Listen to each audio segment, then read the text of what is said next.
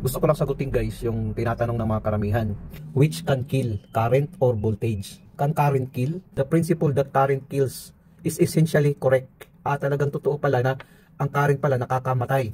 It is electric current that burns tissue, freezes muscles, and fibrillates hearts. However, electric current doesn't just occur on its own.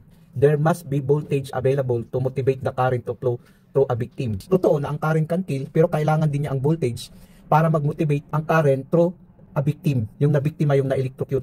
Sabi kasi dito ng libro, conclusion about the confusion of which one is hazardous, current or voltage. Current kills, not the voltage. Totoo yun, current kills, not the voltage, sabi ng libro. But, voltage is must to drive the current. Ayun pala ang totoo doon. Ang totoo pala, current kills, not the voltage. But, voltage is must to drive the current. Dinadrive pala ng voltage yung current. Tapos, ang ampere are responsible for electrocution, not the volts. Ang nakakamatay talaga sa tao, yung both voltage at saka current. Yun ang nakakamatay sa tao.